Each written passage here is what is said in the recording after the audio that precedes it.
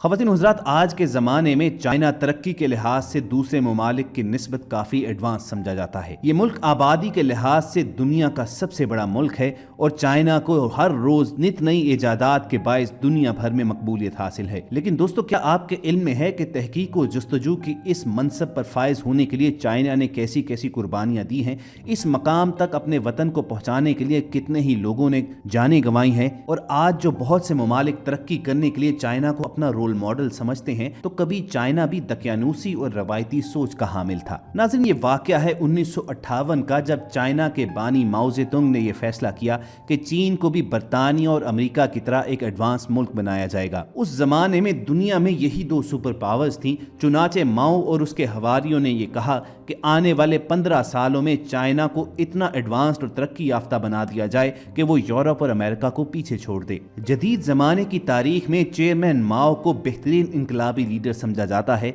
और चीन में उसकी हैसियत इंतहाई दानिशमंद शख्स की है। लेकिन यह भी कानून कुदरत है कि गलतियां हर एक से सरजद होती हैं और माओ ज़ेतुंग से भी एक गलती उसके फैसले के जरिए सरजद हुई। अमेरिका और यूरोप से आगे बढ़ने की ख्वाहिश में चेयरमैन माओ ने एक तहरीक का आगाज किया और इस तहरीक को द ग्रेट लीप फॉरवर्ड का नाम दिया गया। दोस्तों, माओ का नजरिया ये था कि चीन की तेजी से बढ़ती हुई आबादी ही उसकी तरक्की की जमानत दे सकती है। अगर इस आबादी की बेहतरीन नशोनुमा की जाए, उनकी ग़िज़ाई ज़रूरियात पूरी करते रहें, तो आगे जाकर चीन के तरक्याती मंसूबे बहुत तेजी से तकमील तक पहुँचेंगे। अहले चीन की ग़िज़ाई ज़रूरियात को पूरा करने के लिए ज़रई ज़मीनों पर ज़्यादा से ज़्यादा अनाज उगाने और उसे ज़ाया होने से बचाने के लिए हुकूमती सतह पर बहुत से इक़दाम किए गए। उसी दौरान एक ऐसी हैरान कुन मुहिम का आगाज किया गया जो आगे चलकर करोड़ों लोगों की मौत की वजह बन गई। दोस्तों, इस मुहिम का ताल्लुक 4 चरिंद परिंद से था, जिनमें मक्खी, मच्छर, चूहे और चिड़िया शामिल थी।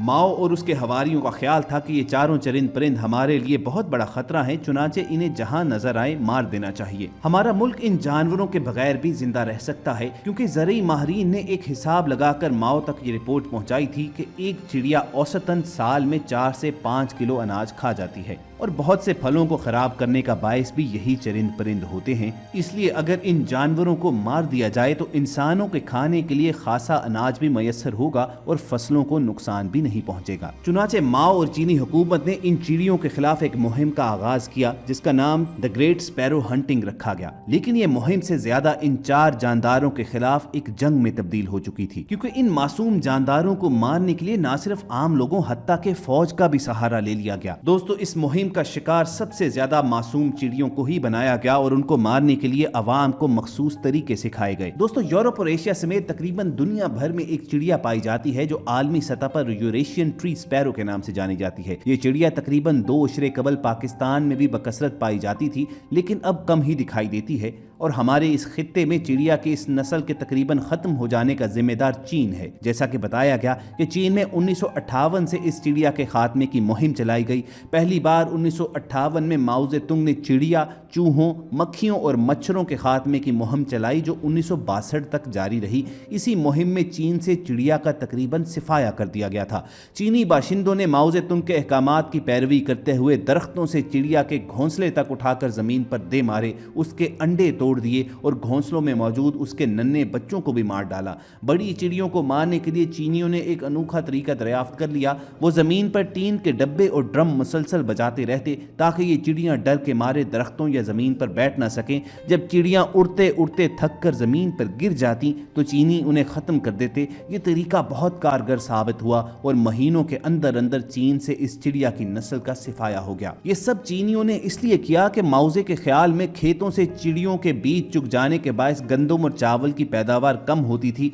लेकिन जब उन्होंने चिड़ियों को ख़त्म कर लिया तो उन्हें एहसास हुआ कि वो गलती पर थे, क्योंकि चिड़ियों की नस्ल ख़त्म करने के बाद गंदम और चावल की पैदावार बढ़ने की बजाय मज़ीद कम होती चली गई। तब उन पर इंकशाफ हुआ कि ये चिड़ियाँ फसलों को कुछ नुकसान पहुँचाने के साथ साथ बहुत ज़्यादा फ़ायदे का भी बायस थी, क्योंकि ये फसलों को बड़े पैमाने पर तबाह करने वाले कीड़े मकोड़ों को खा जाती थी। ये एहसास होने पर माओ ज़ेतुंग ने 1962 में इस मुहिम مہم کے خاتمے کا اعلان تو کر دیا، لیکن تب تک بہت دیر ہو چکی تھی۔ چڑیاں ختم ہو جانے کے باعث چین میں ٹڈی دل، جسے چڑیاں کھا جاتی تھی، ان کی تعداد حد سے بڑھ چکی تھی، جس نے فصلوں پر حملہ کر کے پورے چین میں تباہی برپا کر دی اور پیداوار تقریباً صفر ہو جانے کے باعث ملک میں غذائی قحط آ گیا، اور اندازے کے مطابق اس دور میں تقریباً 2 کروڑ افراد غذائی قلت کے باعث لقمۂ اجل بن گئے۔ قدرت نے ان حشرات الارض، جانوروں اور پرندوں کے ذریعے ایک ایسا نظام قائم کر رکھا ہے کہ جس کے تحت ایک توازن رہتا ہے، لیکن حضرت انسان نے اس توازن کو اپنی عقل کے باعث بگاڑ کر رکھ دیا،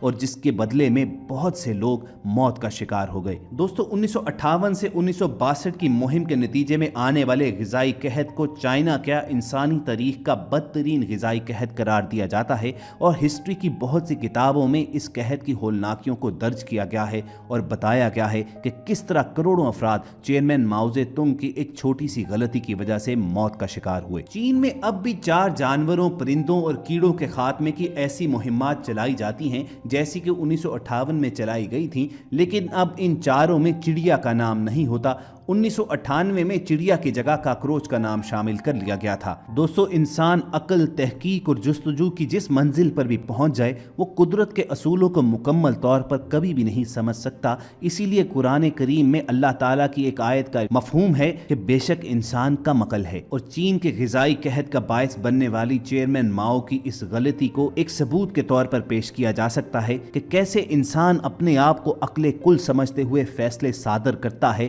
لیکن اسے معلوم نہیں ہوتا کہ قدرت کا ایک غائبانہ ہاتھ بھی ہے جو اس کائنات کا توازن قائم کر رہا ہے، اور اس کا یہ فیصلہ اس توازن کو بگاڑ کر ان کی موت کا پروانہ جاری کر سکتا ہے۔ اور بلا شبہ چین میں آنے والی یہ تباہی دنیا کے لیے اور آنے والے زمانوں کے لیے ایک سبق تھی کہ قدرت کے کاموں میں دخل دینے سے کس طرح تباہی آتی ہے، اور بلا شبہ ہمیں اندازہ ہو جانا چاہیے کہ قدرت کے کاموں کو قدرت پر ہی چھوڑ دینا چاہیے، اس میں انسان کو دخل نہیں دینا چاہیے، کیونکہ اللہ تعالیٰ نے جو کچھ بھی پلان کیا ہے وہ ایک بہت بڑے منصوبے کا حصہ ہوتا ہے۔ جو چیز بھی اس دنیا میں موجود ہے اس کی موجودگی کی کوئی نہ کوئی ریزن ہوتی ہے جو ہماری ظاہری آنکھوں سے پوشیدہ ہوتی ہے، وہ ہمارے لیے بظاہر نقصان کا باعث ہو سکتی ہے، مگر اس میں کتنے فائدے پنہاں ہوں یہ صرف اللہ تعالیٰ ہی کی ذات جانتی ہے۔ قرآن پاک کی سورۃ البقرہ کی آیت 29 میں اللہ تعالیٰ ارشاد فرماتے ہیں، اللہ ہی ہے وہ جس نے پیدا کیا تمہارے لیے جو کچھ زمین میں ہے، سب کا سب۔ الغرض دنیا کی ہر چیز نفع بخش ہے، یعنی دنیا کی کوئی چیز ایسی نہیں ہے جس سے انسان کو کسی نہ کسی حیثیت سے بلا واسطہ فائدہ نہ پہنچا ہو،